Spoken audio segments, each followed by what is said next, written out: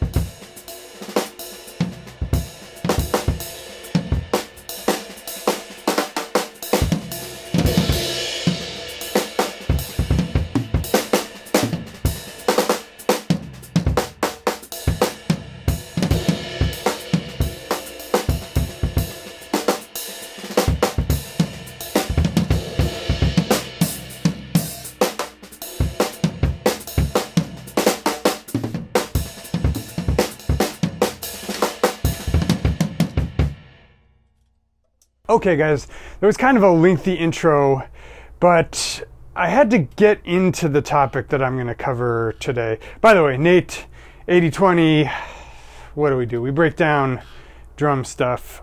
Subscribe. Yeah. By the way, if you subscribed after that, you're one of us. Okay, so I have a couple of collabs in the pipeline with some of my brethren. But I needed a topic for this week's lesson, and I've been practicing a lot of just sort of improvisational stuff. Like just for instance, I'm doing a lesson with my boy Andy Prado, so his stuff inspired me to practice just soloing and fills, but it's difficult to put that into a lesson. I didn't really have a lick that I felt like I could extract for you guys. So in desperation, once again, I went to the place where I get some of my greatest ideas, which is the Instagram. And sure enough, my drum fam was there to oblige. So someone gave me the suggestion to do a Marcus Gilmore lesson. So it's been a minute since I've visited Marcus, and I had to think for a minute about exactly what I was going to cover, because there are a lot of sort of really specific Marcus idioms, many of which I've covered before. But I was playing around, and one thing that occurred to me is that Marcus's influence on me has gone so deep that it's sort of in the DNA of everything I play. And I feel like 75% of the stuff that'll occur to me to play came in some form or fashion from Marcus. Marcus is sort of one of the godfathers. Maybe he, Eric Harland, gosh, who else? When I was still playing jazz, and then when I started to cross over back into matched grip music, we'll call it, on the big kit, and started to incorporate more backbeat players, I couldn't help but put it through this filter of Marcus. So I'm going to totally go off the cuff for this one, but I'm going to try to take you guys through a system that will help you sort of Marcusify your playing. So the very first thing we're going to do is work on an exercise that's actually a little reminiscent of something Justin DiCioccio used to teach at MSM, JD. And it's this ambidexterity orchestration exercise. 1, 2, 3, 4.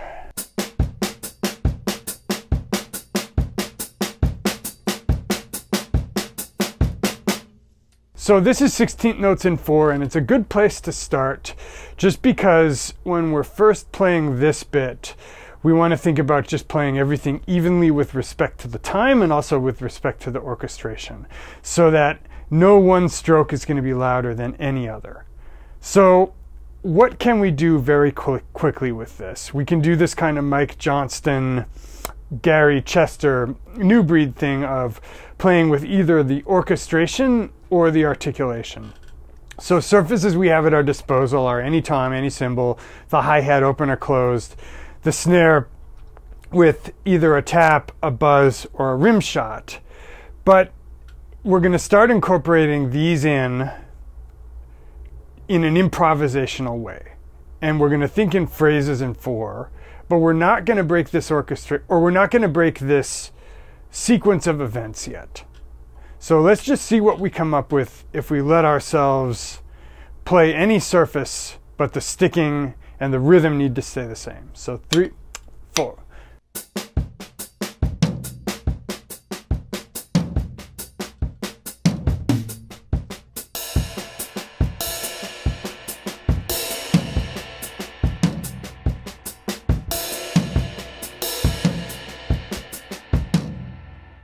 So one thing I just realized, the sticking needs to vary. So scratch that bit I said the sticking needs to stay the same. What we want to keep the same is the... But you can change the right stick or the left stick. So now let's incorporate rim shots in that. 3 and a 4 and a.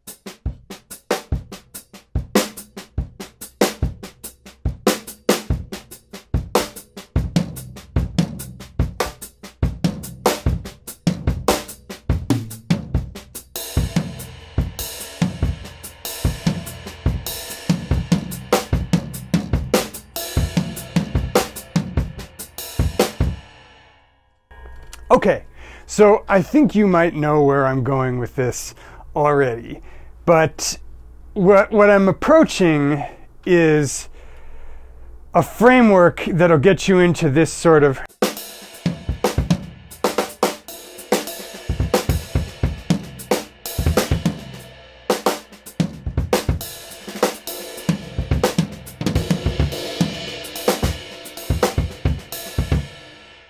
and a lot of my ideas come from there, and that's pure Marcus.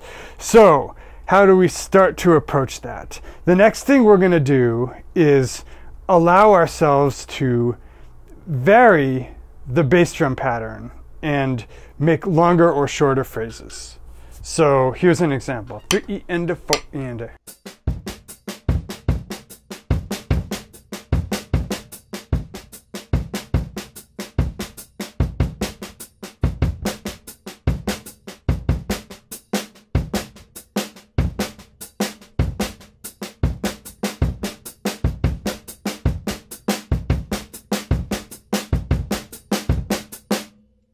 So essentially we can change the order any way we want, and we can add doubles with the kick drum. We could even add 3 strokes in a row, but I'm trying to make it reasonable for someone who maybe doesn't have crazy foot technique. For instance, we're not doing with the left foot. Even if you wanted to add that, you could. So now, keeping that choreography the same, let's once again add back in our textural elements like different toms, the cymbal, or rim shots. So 3 and a 4 and a.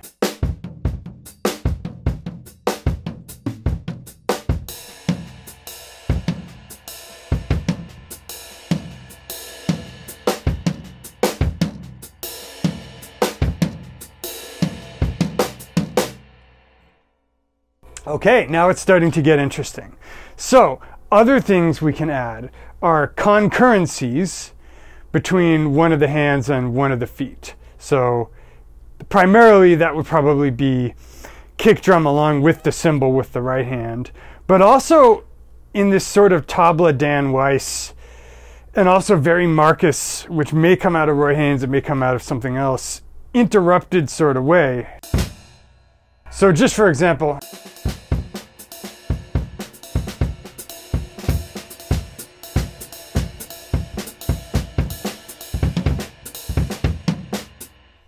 right, so the one thing you see in a lot of Marcus's solos is his use of abruptness and stops within the phrase.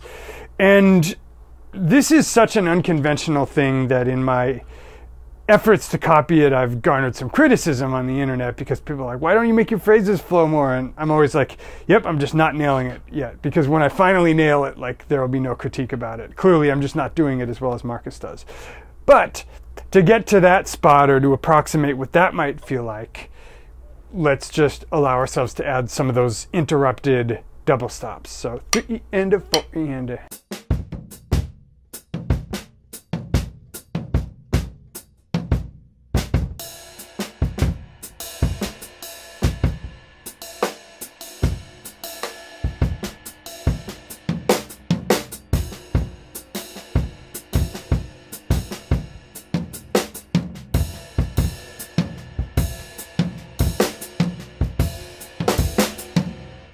Okay, so at the end I cheated and I threw in the next thing, which is let's allow ourselves to play a couple of 30-second notes, either drags or hand-to-hand. So one possibility might be, another possibility might be, and between those two, you can make a lot of shapes.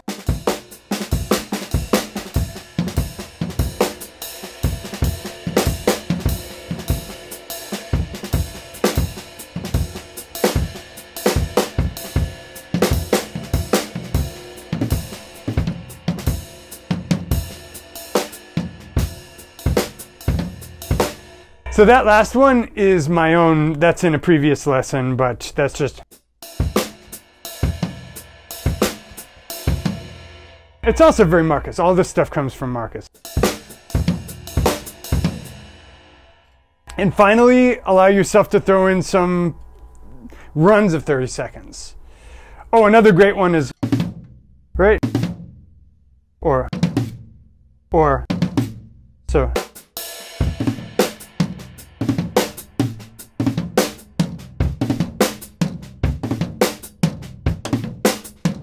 So I think that's a 7-beat phrase.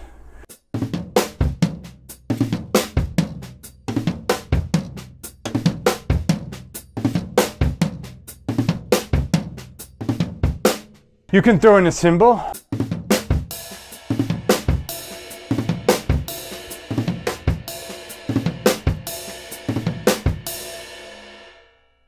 So another thing you can do is vary the rate.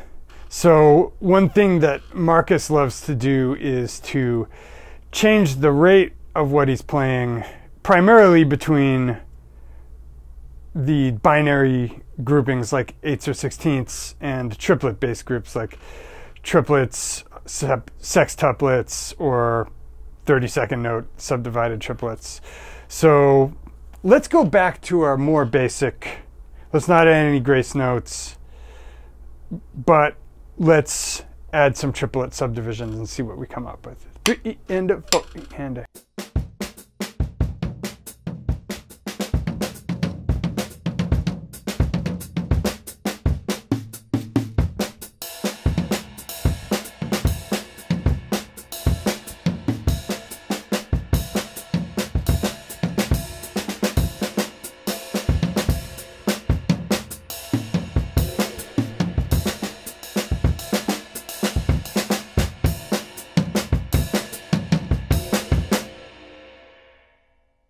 And finally, let's put it all together and allow ourselves basically unlimited textural and subdivision variations within that canvas, which essentially is just playing a solo. So 3 and a 4 and a.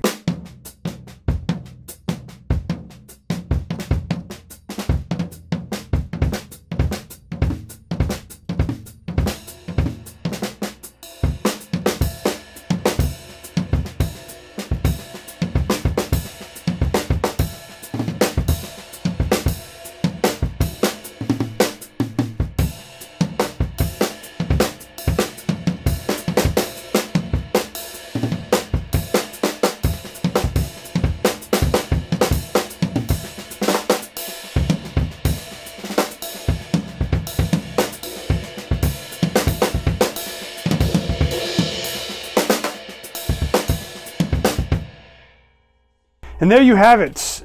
Practically everything else, getting from the basics to being able to improvise, is that big leap off the cliff that all the teachers and the book authors ask you to take, which is taking a concept and then finally owning it and coming up with your own phrases. And you'll know when it's clicking because you'll feel like you're jamming along with yourself and just making phrases, and a big smile will come across your face. So one other thing you can add, which is a very archetypal Marcus thing, which is, there's a joke about Roy Haynes that he's known for did it and did it and did it and did it, right? So as Roy tells the story in one of his older interviews, Elvin Jones did it, Philly Joe did it, but Roy Haynes did it and did it and did it and did it, right? So the did it and did it of Marcus Gilmore, although all of these artists have such a vast vocabulary that it's almost unfair to boil their entire lexicon down to a single thing, but it would have to be. So left, right, right, left. And in my very first Marcus lesson, and I think you can just literally search 80/20 drummer Marcus Gilmore, we talk about this. I think I do.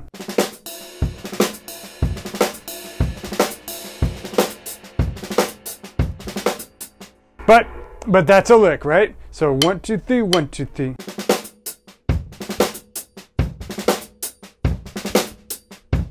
And you can make phrases with this. So 1, 2, 3, 1, 2, 3.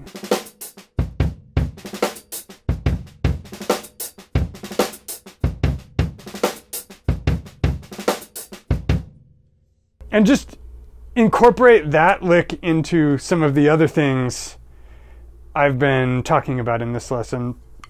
Lastly, it goes without saying that when you want to play as linearly and freely as Marcus does, especially when you're not keeping the hi-hat on 2 and 4 or demarking the beat really clearly with the ride cymbal, use with caution, especially in group settings where other musicians are counting on you and you're going to be judged by your ability to hold the band together.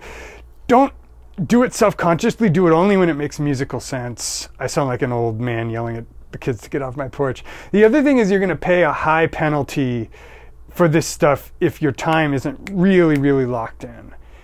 And just to make the audio engineering interesting, I'm snapping my fingers at the same time as talking. Make sure you practice this stuff with a metronome. I paid a price earlier on. If you've read any of my emails, I talk about my journey with the drums. And one of the things that afflicted me when I was younger was I was trying to play all of this crazy vocabulary, be it Elvin, Jack DeJohnette, later on Nashit, Eric Harlan, and Marcus, before my time was really solid. And I think that eventually it all came out okay, but there's a high price to pay if you can't.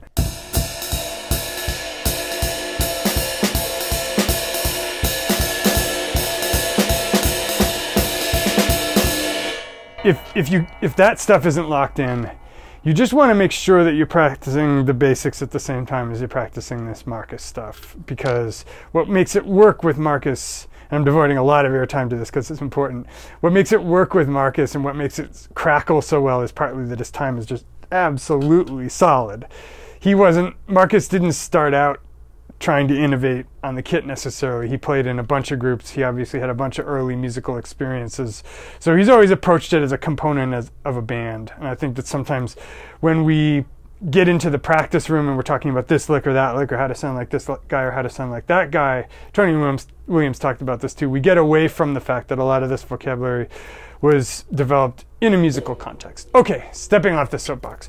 So guys, some of you know the spiel, others of you are new to the channel, but if you've been following me for a minute, if you like what you see, if you'd like to go a little bit deeper, I recommend my course, the 80/20 coaching course, which is like 6 months to a year of studying with me for around the price of a single lesson. We only open that a few times a year, but if you would like a gateway drug to that, if you'd like to see what some of my more deep, more sequenced instruction is like, completely free, I recommend you click on the link right below the video player, grab my 3 free videos that'll make your playing better in the next 3 weeks than you've improved in the last 6 months. Dudes, always entertaining, always fun to make lessons for you. I enjoyed this challenge. Thanks so much to the folks of InStuff. I'll see you again soon in another lesson of the week. One love.